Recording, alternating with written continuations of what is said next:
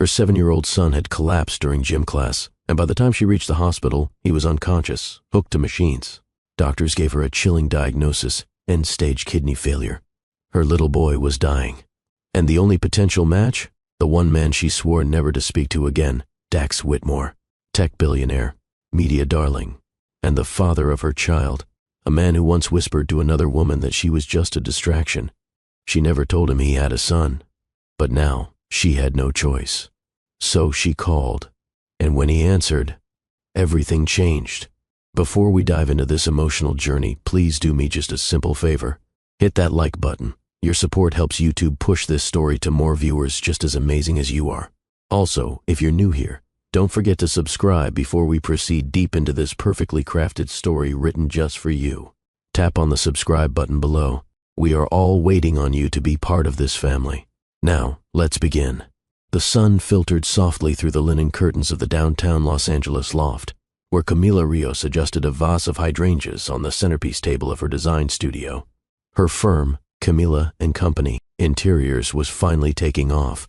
Clients adored her modern yet warm aesthetic, and that morning's pitch had ended in applause. She should have felt victorious, but behind the confident heels, the color swatches, and the polished smile was a woman running on fumes. Raising Jace alone for 7 years hadn't been easy. Every cent mattered.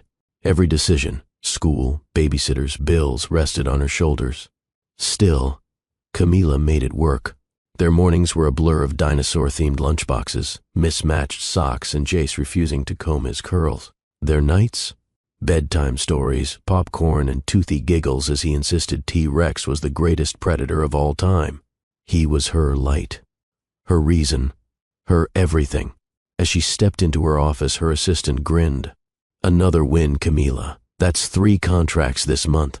She smiled, tucking her phone into her blazer. We're just getting started. Her phone buzzed. She glanced at the screen and froze. Fairgrove Elementary. Her heart skipped, then plummeted. With trembling fingers, she answered. Hello? Ms. Rios? The voice was rushed. A woman. This is Nurse Beasley.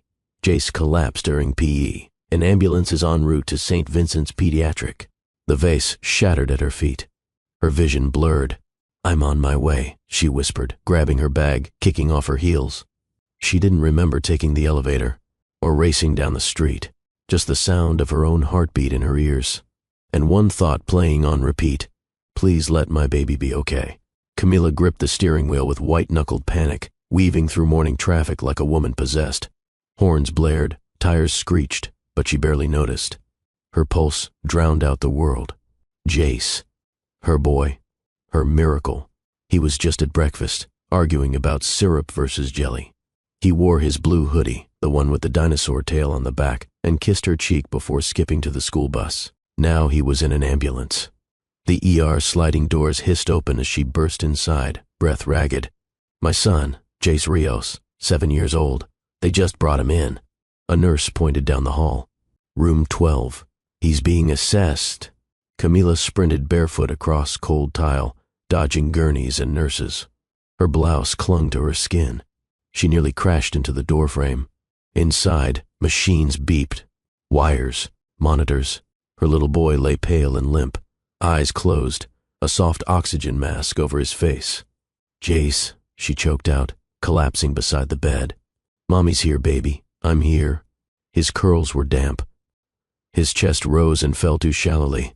A doctor entered, late 30s, focused, calm under pressure. Ms. Rios? I'm Dr. Collins. What's wrong with him? She begged. Please, just tell me. We're running tests, but initial labs show his kidneys aren't functioning properly. He's in acute distress. There may be an underlying cause, possibly genetic. No, she whispered. That can't be right. He's healthy. He was just... I know this is difficult, he said gently. We're doing everything we can. Camila blinked away tears as they drew more blood. Jace didn't even stir. She reached for his hand. It felt cold, and her world, the one she'd fought so hard to build, suddenly didn't matter anymore. The hours dragged like centuries. Camila paced the hallway outside Jace's room, her blazer long discarded, hair matted from sweat and panic. Nurses and doctors moved around her like a blur. She tried to ask questions. What's happening? Can I see him? But every answer was a variation of, we're still evaluating. Inside, she caught glimpses of her boy, his tiny frame dwarfed by machines, IVs taped to his arms, monitors glowing with unreadable data. Finally, Dr. Collins motioned for her to follow him. She trailed behind, legs stiff, stomach in knots. They entered a consultation room. Quiet. Sterile. Too calm. He spoke carefully. Camilla, your son's kidneys are in severe failure. His creatinine and bun levels are dangerously high. He's not producing urine, which is a red flag. She blinked, trying to understand. What does that mean? It means his kidneys are shutting down. Based on the labs, this didn't happen overnight. It's likely chronic, genetic, something dormant until now. No one in my family. Some mutations skip generations or present unpredictably. We won't know more until we do a full genetic workup. Camilla sat down slowly, the weight of his words pressing her into the seat. What happens next? She whispered. We've started dialysis to stabilize him, but it's a temporary solution. Jace is in end-stage renal failure. He needs a kidney transplant. Her hands clenched the chair's edge. How soon? Soon, he said. Ideally within weeks. Time isn't on our side. Her heart twisted. Can I donate? You were tested as part of standard protocol. Unfortunately, you're not a match. Tears spilled down her cheeks. Then who? Dr. Collins looked at her gently. Biological parents have the highest likelihood of compatibility. We'll need to contact his father. She froze. The name she hadn't spoken aloud in nearly 8 years flared in her mind. Dax Whitmore. Her past. Her mistake. Her heartbreak. And, unfortunately, her son's best hope. Camilla sat in the darkened hospital chapel, hands clasped tightly in her lap, eyes unfocused. The stained glass glimmered with morning light, casting fragmented color across the polished floor. But she felt none of it. Jace was asleep in the pediatric ICU, sedated, his little body tethered to machines keeping him stable. Stable, for now. But not saved. Not yet. The words echoed in her mind. He needs a transplant. A living donor is the best chance. Her chance had already been ruled out, which left one other person. She hadn't said his name in years, had trained herself not to think about him, not to remember the laughter, the hotel balconies in Paris, the spontaneous getaways, or the devastating night that ended it all. But her son needed a kidney. And Dax Whitmore, the billionaire she once loved, was the father he never knew. Her fingers hovered over her phone. The contact was still there, untouched since the last time she'd screamed his name into the void and sworn never to speak it again. Dax Whitmore, the man who broke her heart with a single sentence. She'd gone to surprise him that night in Manhattan. A spontaneous flight, a giddy heart, a keycard he didn't know she still had. She arrived to find him in his penthouse. With another woman. She stood frozen behind the wall as he whispered 5 words into the woman's ear, words that shredded her. She was just a distraction. Camilla had turned and walked out without a sound, never gave him a chance to explain. 2 weeks later, she found out she was pregnant, and she stayed silent. Now she had to break that silence. She pressed the call button. Her heart thudded. It rang, once, twice, then, hello? The voice was unmistakable. Calm, confident, distant. She nearly hung up. Dax, she said, forcing the name out. It's Camilla. Silence. Camilla? She inhaled sharply. I wouldn't be calling unless I had no choice. A beat. Then, what's going on? You have a son, she said. He's 7. His name is Jace, and he's dying. Another silence, this one deeper. He didn't ask for proof. Didn't challenge her. I'm getting on my jet, he said. Text me the hospital. The line went dead. Camilla didn't sleep that night, not even when the nurses dimmed the lights and silence settled over the hospital floor like a heavy blanket. Instead, she sat beside Jace's bed, holding his hand and thinking about the man who was already on his way. Dax Whitmore, the first man to truly consume her, the last man to ever touch her like that. Their affair wasn't built on candlelit dinners or polite conversation. It had been raw, hungry, reckless. He was powerful, commanding, yet behind closed doors with her, there had been gentleness too. She remembered their first time. It had rained for hours in New York, and he'd canceled his meetings to stay in. She showed up in a soaked blouse, laughing. He stared at her like she was the only woman he'd ever seen. Then, without a word, he pinned her against the apartment wall, fingers sliding into her wet hair. The kiss had been searing, tongues tangling, breath hitching, clothes ripped with frantic urgency. He lifted her, carried her to the bed, and made her cry out his name again and again. She remembered his mouth, hot and unrelenting on her thighs. The way he took his time, making her unravel, then pulling her back together with every stroke of his tongue, every growl against her skin.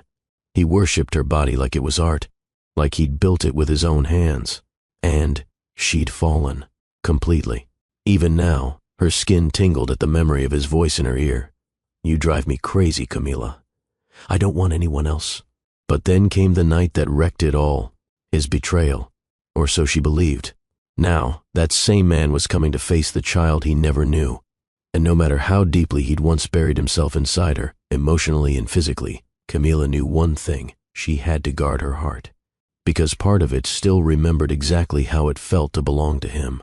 The next morning came in fragments, nurses checking vitals, the beep of machines, the sterile scent of antiseptic.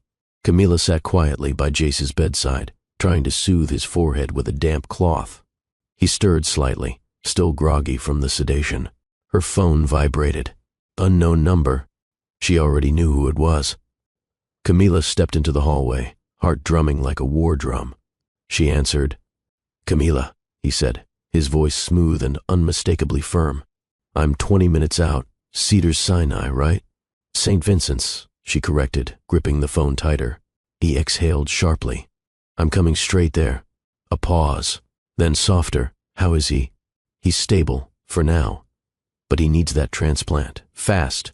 She could hear it in his breathing. Tight, controlled, but tinged with panic. "I still can't believe you never told me," he said, voice low. "I didn't plan for any of this, Dax."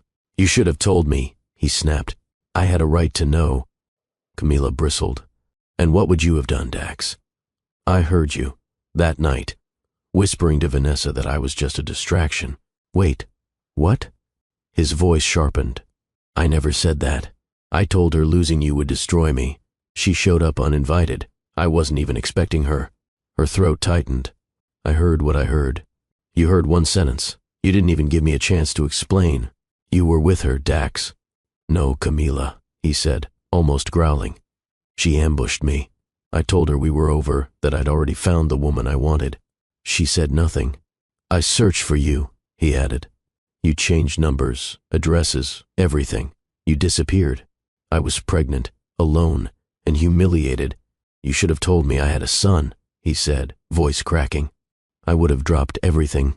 Silence stretched between them, years of unresolved pain and aching memories pressing into the space. Then he exhaled. "I'm not coming as the CEO, or the man you think I became. I'm coming as a father, and I'm not leaving until I've done right by him." Camila swallowed hard. "Good," she said quietly, "because he needs you, whether I like it or not. Hello, beautiful family, if you are still here, if you are still with me. Don't forget to hit the like button and subscribe, because what is about to happen now will put you at the edge of your sit." Dax stood by the jet's window, arms crossed, jaw tight. The Gulf Stream hummed beneath him, slicing through clouds at 40,000 feet, but his mind was grounded, stuck in a hospital room with a boy he'd never met. A boy who carried his blood. A boy who was dying. He stared out at the sky, eyes narrowing as memories pressed in. Camila. Her laughter after midnight. That fiery temper. The way she challenged him in every conversation, every glance. She never fawned over his money, never softened her edges to fit his world. That's what made her unforgettable. And now, she'd been raising his son without him. He clenched his fists. The thought tore at something deep. He replayed their last night over and over during the flight. Vanessa had shown up unannounced. He'd ended things with her months prior, but she had connections, and getting past security wasn't hard. She walked in, crying, desperate to win him back. "I miss us," she'd whispered. "You miss being seen," he replied coldly. Then, he saw Camila's bag on the couch. She must have been in the hallway just out of sight, and he knew exactly when she'd left. Right before he said the most important part, "I've already moved on, and if I lose her, that would be my greatest mistake." But she never heard that part. She disappeared. No calls, no trace.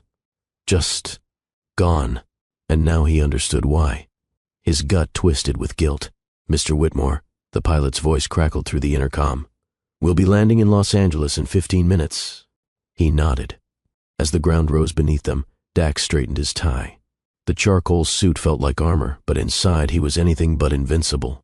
He'd faced boardrooms full of billionaires, but nothing prepared him for what waited on the other side of this runway: a sick child, a woman he once adored, and a chance he couldn't afford to waste. The sliding doors parted with a low whoosh as Dax stepped into St. Vincent's pediatric wing. The atmosphere was quiet but tense. Low murmurs, soft footsteps, machines humming behind doors. Nurses glanced up from their stations, their eyes trailing over the sharply dressed man who moved like he owned every inch of space. And yet, he didn't feel powerful at all. He was looking for a little boy he didn't know, a boy with his blood. His shoes echoed down the corridor as he approached the nurse's desk. "I'm looking for Jace Rios," he said, voice steady but low. "I was told he's in room 12. The nurse blinked, then nodded slowly. "He's in observation. Only family is allowed." Dax didn't blink. "I am family." Another nurse approached, recognizing his name from Camila's emergency contact update. "Ms. Rios is inside. I'll let her know you're here." She disappeared through the doors. Dax exhaled, adjusted his sleeves, and tried to slow the rush of adrenaline. Then Camila emerged. Her eyes met his instantly. Her hair was pulled into a messy bun. No makeup. Worry written across every line of her face. But she was still breathtaking. They stood there for a beat too long. Then, "He's asleep," she said softly. "But you can come in." Dax followed her through the door and stopped in his tracks. The boy on the bed had his curls, his chin, even his stubborn little scowl as he shifted in his sleep. It hit Dax like a punch to the chest. This was real. This was his son. He walked to the bedside slowly, careful not to make a sound. His knees buckled slightly as he crouched beside the bed. He reached out, hand hovering just above the boy's. "Jace," he whispered, voice thick. "I'm here now. I'm not going anywhere." Camila turned away, arms folded tight across her chest.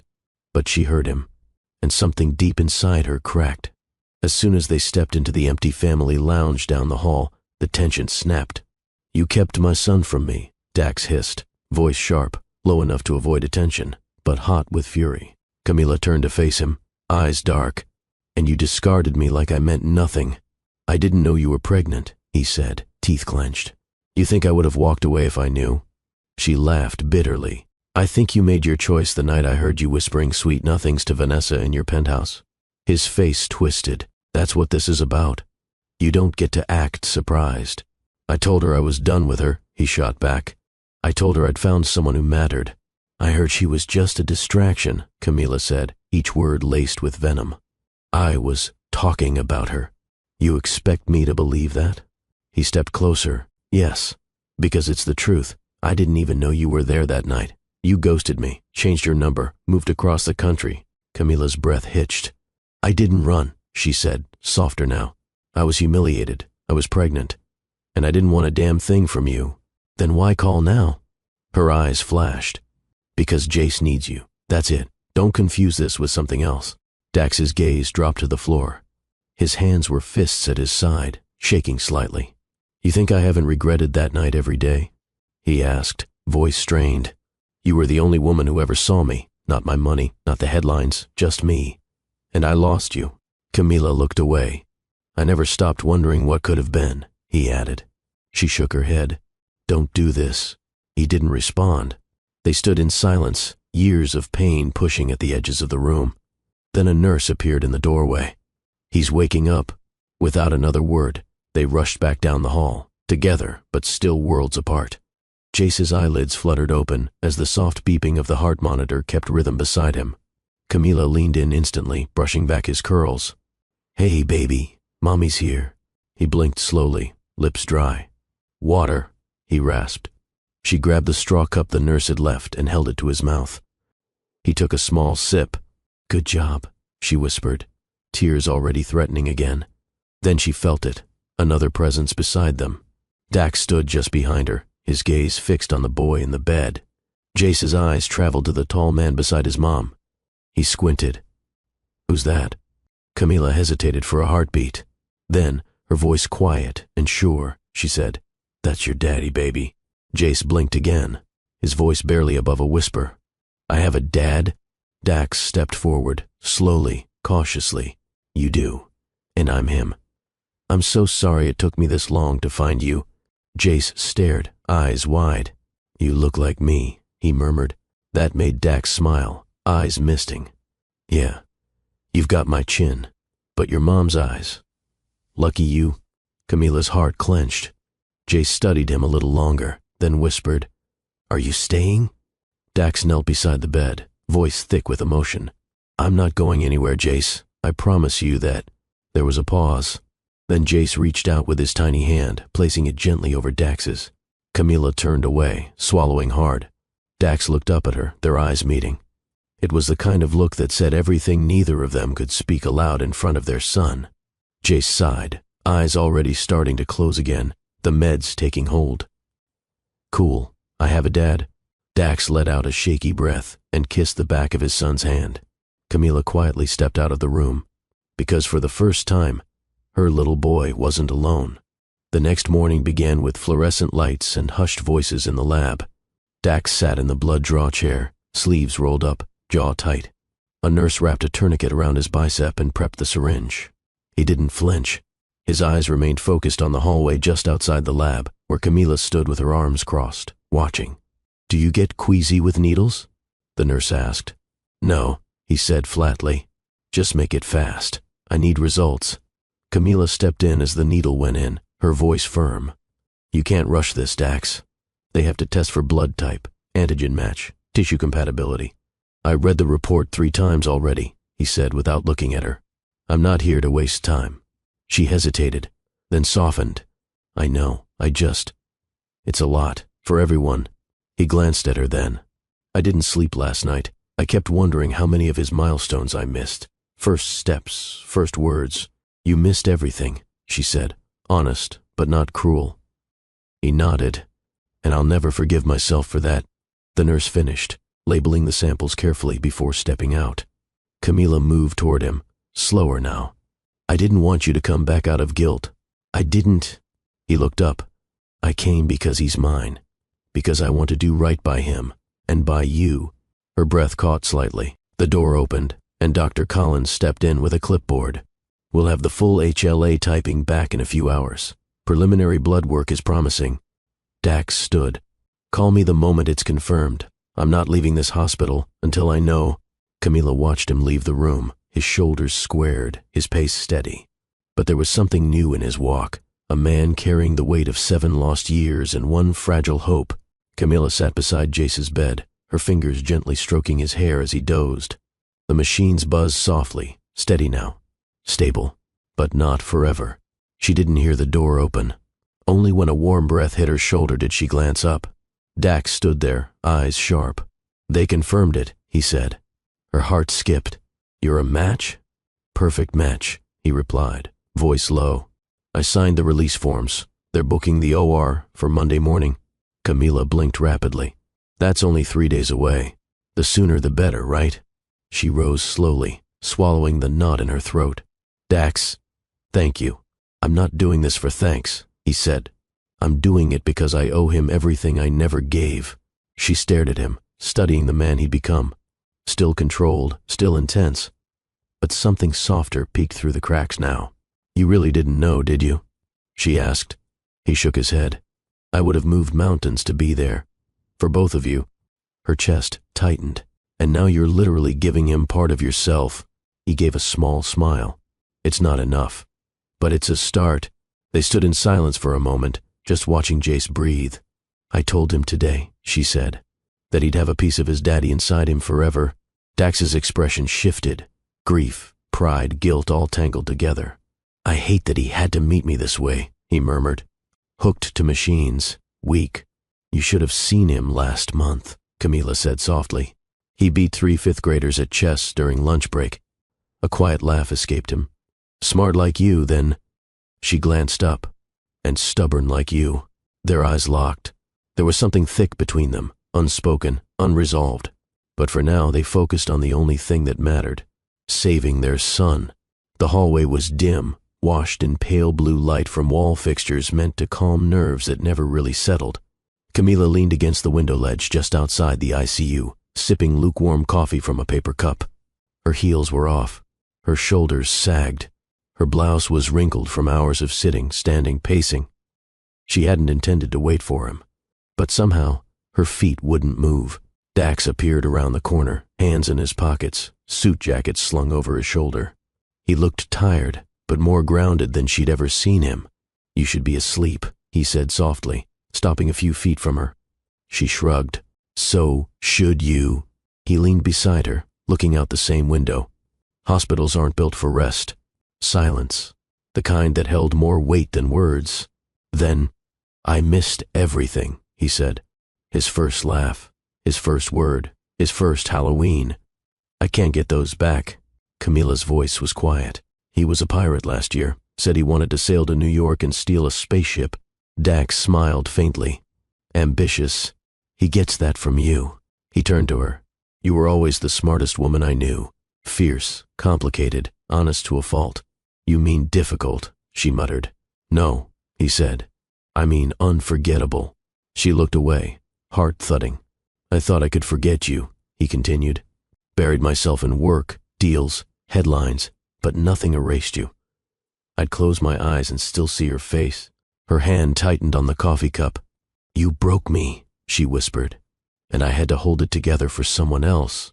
"I know," he said, "and I'll never forgive myself for what you went through alone." The silence returned, not cold this time, just heavy with memory. "I don't know what happens after the surgery," he said, "but I want to be here, not just for Jace, but for you too."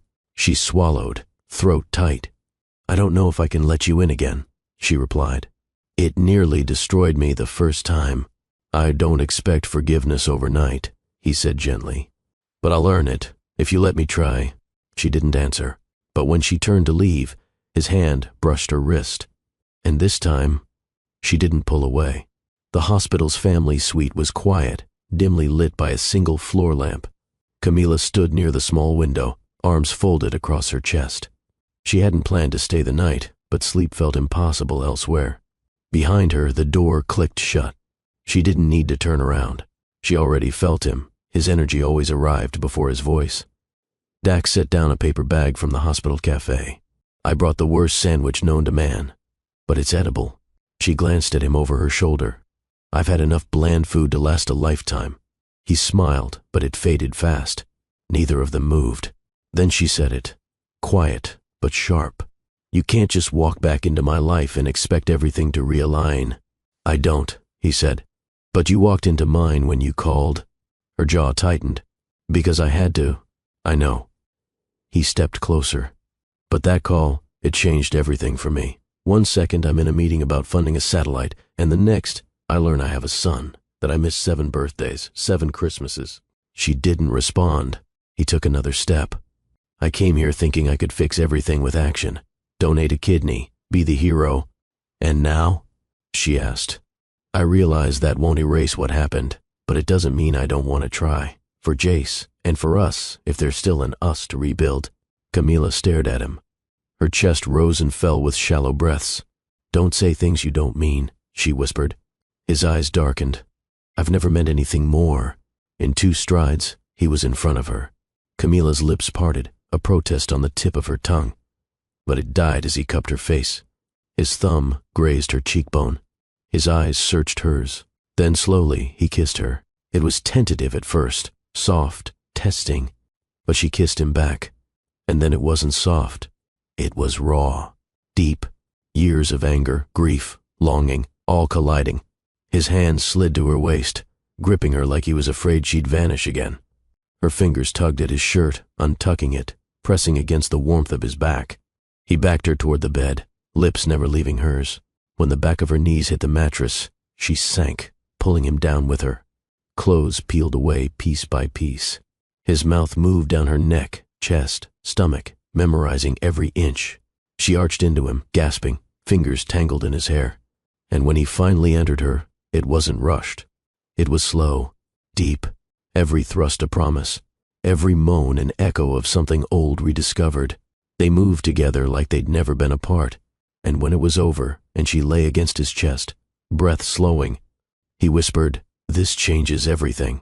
Camila didn't answer, but she didn't let go either. The silence afterward was unlike any they'd shared before. Camila lay with her head on Dax's chest, their legs tangled beneath the hospital suite's scratchy sheets. His hand drifted lazily along her spine, drawing invisible lines she couldn't quite decipher. She should have moved, said something, pulled away. But she stayed. "I thought I'd buried all of this," she said finally, her voice hushed. "The way you made me feel, the way you looked at me like I was more than just a pretty face. You were never just anything," Dax murmured. She pulled the sheet up to her chest, rolling onto her side to face him. "Then why didn't you fight for me?" "I tried," he said. "When I realized you were gone, I sent people to your apartment, called every number I had. I even showed up at your old firm in Boston. I had already left," she whispered. "I didn't want to be found." "I know," he said, brushing a strand of hair from her cheek. "But that didn't stop me from looking." Camila's eyes searched his. "You think this changes things?" He sat up, resting on one elbow. "Doesn't it?" "Sex is easy," she said flatly. "Feelings are not." He smirked. "That didn't feel easy. That felt like history catching up to us." She didn't smile back. "I don't want Jace confused," she added. "He just met you. He doesn't need to see me falling apart again if this is temporary." Dax's expression sobered. "Camila, I'm not here to pass through. I'm here because I never stopped loving you. I buried it. I tried to drown it in ambition. But you," he reached for her hand, lacing his fingers through hers. "You're the only thing that's ever made sense." She turned her face away, tears stinging. "You say that now. But what about 6 months from now? A year? When the newness wears off and reality hits? I'm not asking you to promise me forever," he said. "I'm asking for the chance to prove I've changed." Her eyes flicked back to his. "And what if I'm too scared to risk it again?" "Then I'll wait," he whispered. "As long as it takes." Silence fell again, but it was different this time. Not empty, not strained, just filled with the weight of possibilities. Camila leaned her forehead against his. "I want to believe you," she whispered. "Then start there," he said, kissing her gently. "Just believe." And for the first time in years, she didn't feel alone in the dark. Hey, dear family, if you are still here with me on this beautiful story, please hit the like button to show your presence, then subscribe so you won't miss what happens next. The hospital buzzed with a quiet urgency. Nurses moved swiftly but gently, prepping IVs and surgical charts. The air smelled of disinfectant and sterilized metal. Camila sat beside Jace's bed, holding his small hand in both of hers. His skin was warm, his lashes fluttering as he blinked up at her. "Are you scared, Mommy?" he asked softly. She smiled through the tightness in her throat. "Not one bit. You're the bravest boy I know." He nodded solemnly.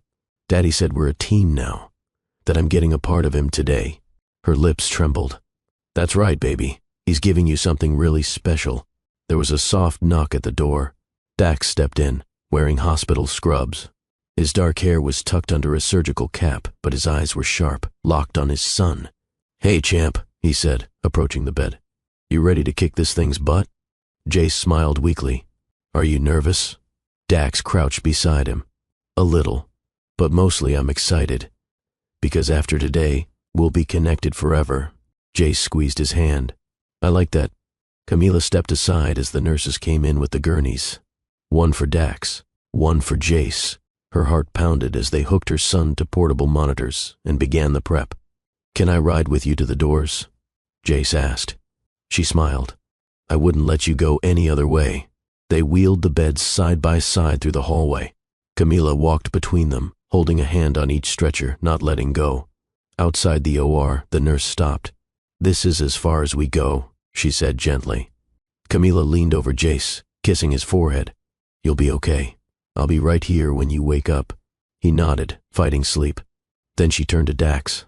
He reached up, brushing his thumb over her knuckles. "We've got this." She bent down and pressed her lips to his forehead. "Thank you."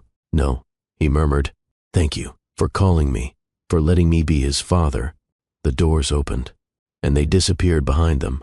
Camila stood frozen, her hands now empty. But her heart was fuller than it had been in years. Camila sat curled in one of the waiting room chairs, her arms wrapped tightly around herself. Time had lost all meaning. Each second dragged like it was being pulled through mud. The surgeon had said the procedure would take hours. They had prepped Jace and Dax at the same time, simultaneous surgeries in neighboring operating rooms. The idea of them both under anesthesia at once made her chest ache. She watched the hands on the clock crawl. Tick, tick, tick. Nurses moved in and out. Someone offered her water. She didn't take it. She prayed silently, gripping the hem of her sweater like a lifeline. Memories flickered, Jace in his superhero pajamas, spinning in circles until he fell over laughing. His first lost tooth. His obsession with blue raspberry ice cream. And Dax. The way he looked at her in the suite 2 nights ago. The way he whispered her name like it still meant everything. She shook the thought away. One thing at a time. First, her son needed to survive this. Then she'd deal with the storm inside her. A nurse appeared at the far end of the hall. Camila bolted to her feet. "Ms. Rios," the woman said, calm but purposeful. "Dr. Collins is ready to speak with you." She followed her through a maze of corridors, her heart slamming against her ribs. When they reached the consultation room, Dr. Collins stood waiting. His surgical cap was off, and his eyes looked tired, but not grim. Camila didn't wait for pleasantries. "Please, just tell me." He gave a small, reassuring smile. Both procedures went smoothly. Dax's kidney took beautifully. Jace is in recovery. He'll be monitored closely for the next 72 hours, but so far, all signs are positive. Camila gasped, then crumbled into a chair, head in her hands, sobbing. "They're okay?" she asked through tears. "They're okay," he confirmed. She didn't know how long she cried, only that she hadn't released that kind of breath in years. The weight that had sat on her chest for weeks lifted. She stood shakily. "Can I see them?" "One at a time," he said. "We'll start with Dax. He's already asking for you." Camila followed the nurse, tears still slipping down her cheeks. When she stepped into the recovery room, she saw him, pale, groggy, but smiling. "You did it," she whispered. His voice was hoarse. "No, we did." The beeping in the recovery room was steady, almost soothing. Camila eased herself into the chair beside Dax's bed. His eyes were half-lidded, the anesthesia still lingering in his system, but the corners of his mouth curled upward the moment she took his hand. "You're here," he murmured. She nodded, squeezing his fingers gently. "I'm not going anywhere." He looked worn, more pale than usual, lips dry, IVs tucked into both arms. But his expression was peaceful. "Jace?" he asked, voice raspy. "He's still under." "But stable," she said. "They said the transplant looks good. Everything's functioning. It's early, but it's hopeful." A soft breath of relief slipped from his lips. "I've never felt this kind of fear," he said. "Not in a boardroom, not with investors, nothing even close." Camila looked down at their hands. "Now you know what it's like to be a parent." Dax gave a faint smile. "It's terrifying." "It's worth it," she replied. He turned his head toward her. "Do you think he'll ever forgive me for missing everything?" "He already has," she said quietly. The moment he held your hand, emotion flickered in his eyes. She stood, leaned over and kissed his forehead. "Rest. You need to heal. Jace is strong, but he's going to need his father around for a long time." He nodded, eyes fluttering shut again. Camila stayed there a moment longer, watching him breathe. Then the nurse stepped in. "Would you like to see your son now?" Camila nodded. In Jace's room, he looked so small in the bed, but his color had returned. His chest rose and fell steadily. A soft bandage peeked from under his hospital gown where the new kidney now lived. She sat beside him, brushing his hair back, kissing his forehead. "Hey, baby," she whispered. "You did it." His eyes didn't open, but his fingers moved, finding hers instinctively. Tears welled in her eyes again, not from fear this time, but from gratitude, for a second chance, for the family she never thought she'd have. Spring sunshine poured through the hospital windows, casting soft golden light across the white floors. It had been 4 days since the surgery. Jace's energy was slowly returning. He insisted on coloring dinosaurs and asking endless questions about where the kidney came from. Camila sat by his bed, gently massaging his feet as he flipped through a picture book. "Mommy, did Daddy really give me a piece of him?" She smiled. "Yes, sweetheart. That's how much he loves you." Jace looked thoughtful for a moment. So now I'm part dinosaur, part daddy? She laughed, real from the stomach laughter, and kissed the top of his curls. Exactly. Across the hall, Dax was healing too. He'd refused to take the VIP suite the hospital offered, opting instead for the regular recovery room to stay close to Jace. The nurses adored him. He cracked dry jokes and offered to tip anyone who could smuggle in real coffee. But it was the little things Camila noticed most, like how he limped down the hallway just to peek into Jace's room at night, how he memorized his medication schedule, how he quietly ordered a set of books on pediatric recovery and read them cover to cover. Every morning, he brought her coffee. Not just any coffee, her order. 2 pumps vanilla, 1 sugar, oat milk. She hadn't told him. He remembered. And every time he left a note tucked under the cup holder. Still your favorite pain in the ass. Tell Jace he gets his stubbornness from me. Today's mission, earn 1 real smile from you. Camila didn't know what to make of it. Was this real? Or temporary kindness fueled by guilt? But as she watched him help Jace learn how to sit up again, his large hand steadying their son's back, she felt something shift. This wasn't a man playing hero. This was a man learning how to be a father. And maybe something more. Camila found the first letter tucked into the fold of a hospital blanket. It was scribbled on plain notepad paper, folded twice, and sealed with a coffee stain. For when I'm not brave enough to say it out loud, it read on the outside. She hesitated, heart pounding, then opened it. Camila, you don't have to read this. But I hope you do. You were always the strongest person in any room, even when you were barely holding it together. I see now what I didn't back then. You didn't need saving. You just needed someone who wouldn't leave when things got real. I'm sorry I wasn't that man before, but I want to be now. For Jace. For you. If you ever find space for me again, I'll still be standing right where you left me. Dax. She read it twice, maybe 3 times, and still, she folded it and slipped it into her purse like something precious. From that day on, the notes kept appearing, sometimes stuck under Jace's juice box, sometimes slid behind the morning newspaper, once taped to the back of the bathroom mirror with her favorite shade of lipstick sitting beside it, one he used to tease her about for being dangerously distracting. Each note was simple, a memory, a confession, a piece of his heart she didn't know he'd held on to. And it wasn't just the letters. It was how he made their son laugh, even when Jace was pale and tired. How he learned to braid hair badly because Jace wanted to surprise her with a salon day. How he never missed a nurse check-in, never complained, never made it about him. Camila started to see him not as the man who hurt her, but as the man who stayed, quietly, consistently. She caught herself watching him one night as he helped Jace brush his teeth. And when he turned and smiled at her, with toothbrush foam smeared across his cheek, she felt something inside her shift. Not a crack, a soft opening, like maybe, just maybe. She was ready to feel again. Rain tapped gently against the windows, a steady rhythm that echoed the quiet beating in Camila's chest. Jace had finally drifted into sleep after a bedtime story and a round of whispered jokes with his father. His monitors pulsed steadily. The room was peaceful. Camila stepped into the kitchenette down the hall to pour herself some tea. The hallway light glowed soft and golden, reflecting off the linoleum floor. Dax stood at the counter, shirtless, a gauze patch still taped over his side where the incision was healing. His back was to her, but the moment he heard her footsteps, he turned slowly. Their eyes locked. Camila swallowed. You should be resting. So should you. His voice was rough, deeper than usual. She took a step forward, then another. When she was close enough to see the stubble along his jaw and the faint sheen of heat at his collarbone, she reached out, brushing her fingers lightly along the fresh scar. He flinched, not from pain, but from the electricity. You gave him a part of yourself, she whispered. He nodded. And I'd do it again. Her hand flattened against his chest. He caught her wrist, not forcefully, just enough to feel her pulse. Camila, he said softly, voice barely above breath. Tell me not to if you want me to stop. She didn't.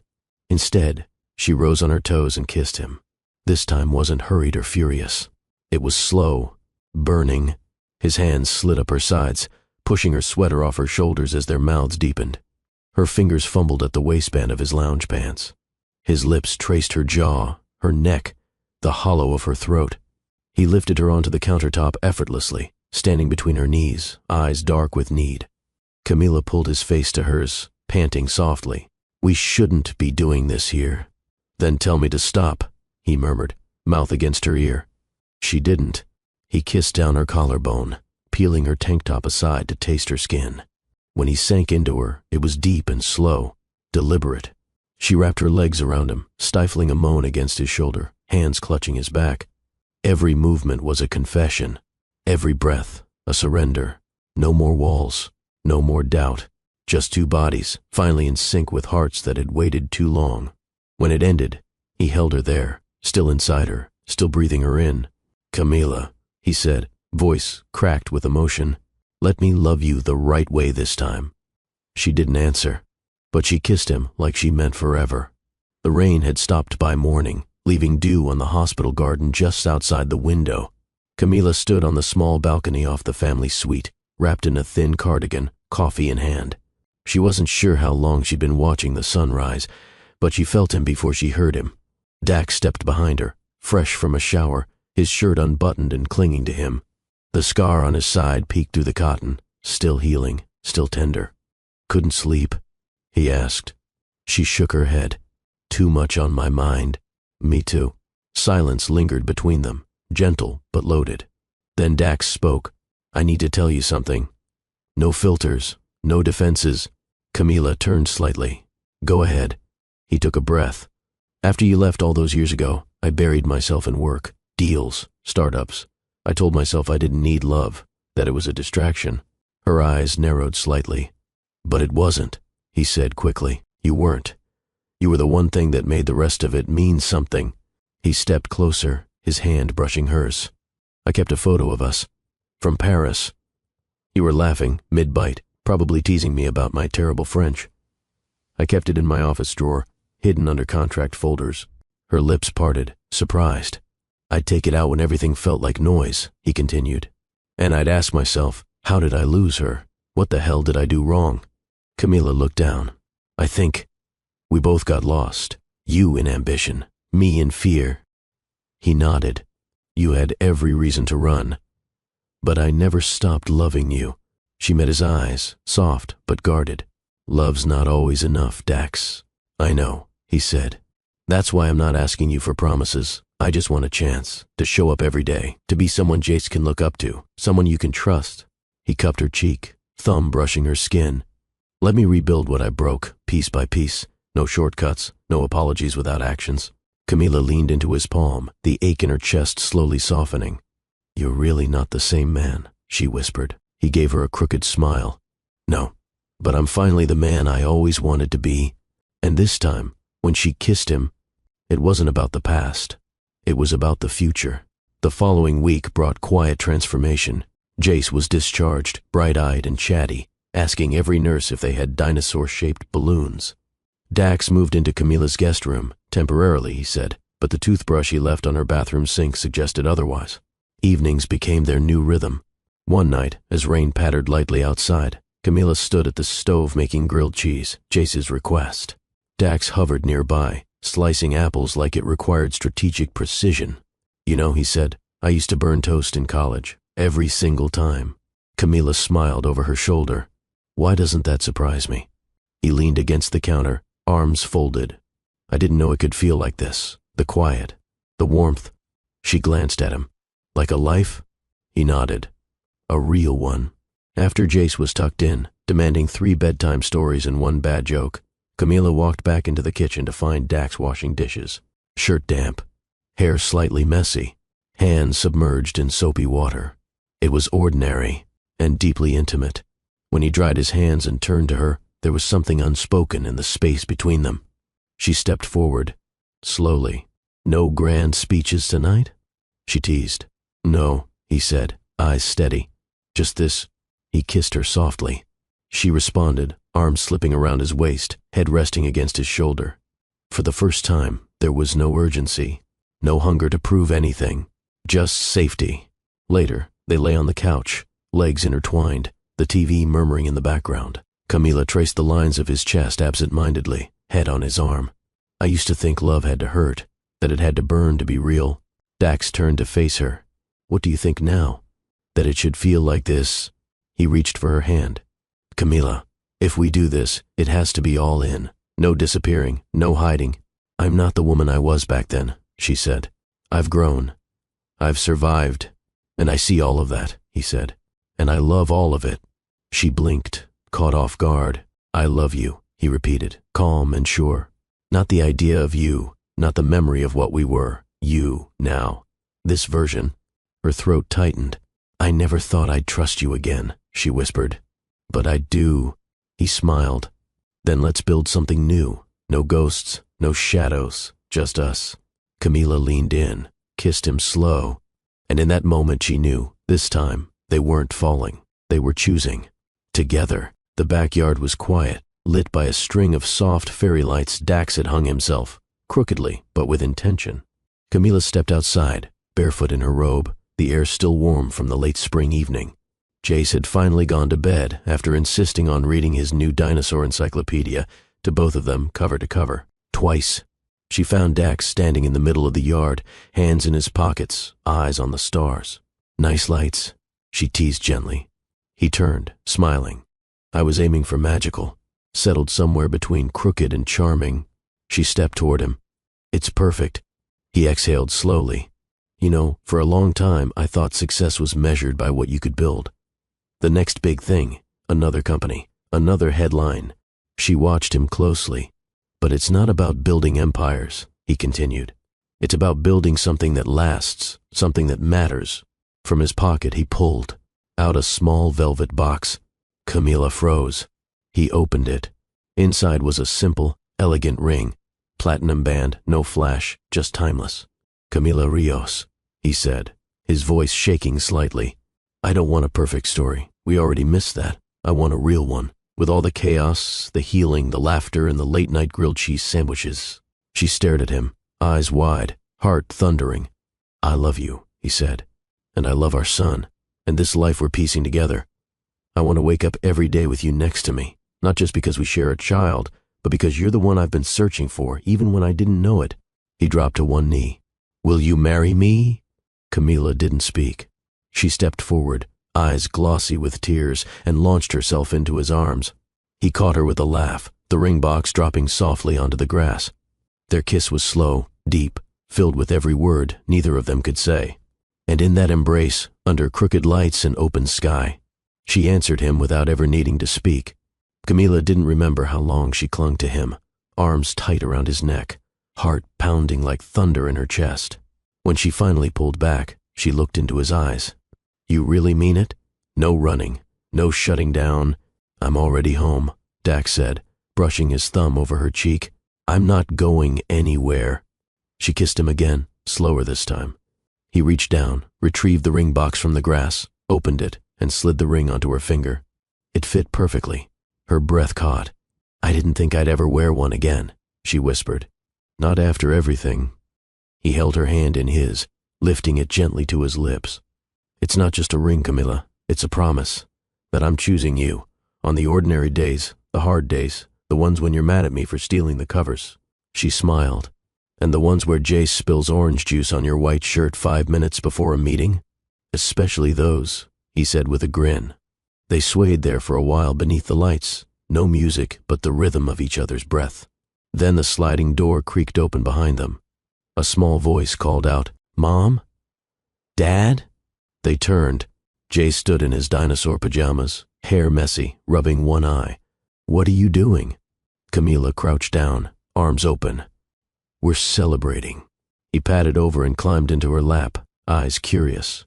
Why? Dax knelt beside them. Because I just asked your mom to marry me. Jace blinked. Like, forever? Camila smiled. Exactly. He looked between them. Can I be the best man? Dax ruffled his curls. You're already the best everything. Jace grinned.